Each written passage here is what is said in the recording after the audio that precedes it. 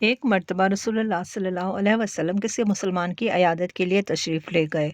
उस शख्स की हालत बहुत ख़राब थी, तो आप सल्लल्लाहु अलैहि वसल्लम ने उससे पूछा कि तुम किस चीज़ की दुआ मांगते थे या कोई सवाल करते थे अल्लाह से। तो उसने कहा, जी हाँ, मैं ये दुआ मांगता था कि ए अल्लाह, तूने मुझे आखिरत में जो सज़ा देनी है वो जल्दी ही दुनिया में दे दे। तो रसूलुल्लाह सल्लल्लाहु अलैहि वसल्लम ने फरमाया कि तूने ये क्यों ना कहा, अल्लाहुम्मा आतिना फ़िद दुनिया हसनतन व फ़िल आखिरति हसनतन व क़िना अज़ाबन्नार। ऐ अल्लाह, मुझे दुनिया में भी भलाई अता फरमा और आखिरत में भी भलाई अता फरमा और हमें आग के अजाब से बचा ले।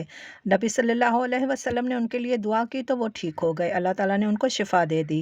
फिर हमारे लिए ये हुक्म है कि हमें बीमारी में भी के हाय करने के या लोगों से शिकायत करने के कि मुझे ये बीमारी लग गई है, मुझे ये हो गया है, मुझे ये मुसीबत आन पड़ी है।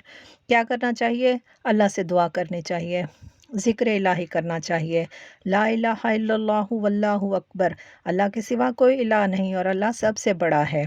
तो इस बात की तस्दीक रब करता है और फरमाता है कि मेरे अलावा कोई माबूद नहीं और मैं सबसे बड़ा हूँ। और जब बंदा कहता है ला इलाहा इल्लल्लाहु वहदहु, अल्लाह के सिवा कोई इलाह नहीं, वो अकेला है, तो अल्लाह फरमाता है मेरे अलावा कोई माबूद नहीं, मैं अकेला हूँ। और जब बंदा कहता है ला इलाहा इल्लल्लाहु वहदहु ला शरीका लहू, अल्लाह के सिवा कोई इलाह नहीं, वो अकेला है, उसका कोई शरीक नहीं, तो अल्लाह फरमाता है मेरे अलावा कोई माबूद नहीं और मेरा कोई शरीक नहीं। और जब बंदा कहता है ला इलाहा इल्लल्लाहु लहुल मुल्कु व लहुल हम्द, अल्लाह के सिवा कोई इलाह नहीं, उसके लिए बादशाही है और उसी के लिए सब तारीफ़ है, तो अल्लाह फरमाता है मेरे अलावा कोई माबूद नहीं, मेरे लिए ही बादशाही है और मेरे लिए ही हर किस्म की तारीफ़ है।